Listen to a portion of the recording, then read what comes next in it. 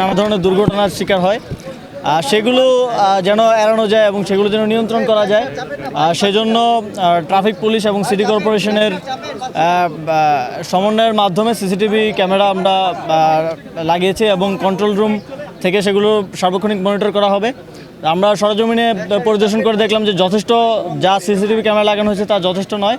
এটা আমরা অ্যাটলিস্ট আরও 3x বাড়াবো যাতে করে এমন কোনো জায়গা ব্লাইন্ড স্পটে না পড়ে যায় যেখানে কোনো ধরনের দুর্ঘটনা কিংবা কেউ হয়রানি কিংবা কোনো প্রকার ছিনতাইয়ের শিকার না হন সেটা নিশ্চিত করার জন্য আরও বৃদ্ধি করা হবে। এবং পাশাপাশি যেহেতু ঈদের আর মাত্র কয়েকদিন বাকি, এই সময় হয়তো অনেক কাজে যেমন এই জায়গায় আমরা দেখলাম অনেক জায়গায় খানাখন্দ আছে, রাস্তাগুলো ভাঙাচোরা আছে। এখন তো এই ধরনের কাজে হাত দেওয়া যাবে না কারণ ঈদের মাত্র কয়েকদিন বাকি, তবে ঈদের পর এগুলো আমরা সমাধান করব। এবং এখানে সিটি কর্পোরেশনের যারা কর্মকর্তা আছেন আমরা অভিযোগ পেলাম এখানকার যারা বাস মালিক আছেন তাদের থেকে যে তাদের অ্যাক্টিভিটি একটু কম, তাদের রেসপন্স পাওয়া যায় না। আমরা সেক্ষেত্রেও তাদেরকে অ্যাক্টিভেট করার এবং এখানে আরও ভালো কর্মকর্তা দেওয়া যারা আসলে এখানকার সমস্যাগুলো সমাধান করতে পারবে সেই উদ্যোগগুলো নেবে।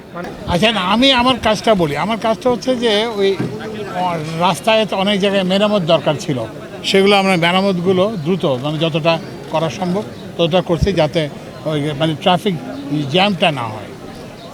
এইটা একটা কাজ আমরা করছি এবং যেগুলো আনফিনিশড আছে সেগুলো আজকে অথবা কালকের মধ্যেই শেষ হয়ে যাবে। আর হচ্ছে যে এখানে এসে যেটা দেখলাম সেটা হচ্ছে এটা তো একটা নোংরা, এটা তো কোনো একটা মনে হয় না এটাকে। তো ওই জন্য ওই যে সিটি কর্পোরেশনকে আমাদের উপদেষ্টা নির্দেশ দিয়েছেন যে এটা পরিষ্কার করবে, এখানে পরিষ্কার করবে। কারণ যাতে আমরা তো চাই যে যাত্রীরা নিরাপদ হোক এবং একটা আনন্দময় ঈদে বাড়ি যাচ্ছে, এখানে আসলেই তাদের ঈদ নষ্ট হয়ে যাবে।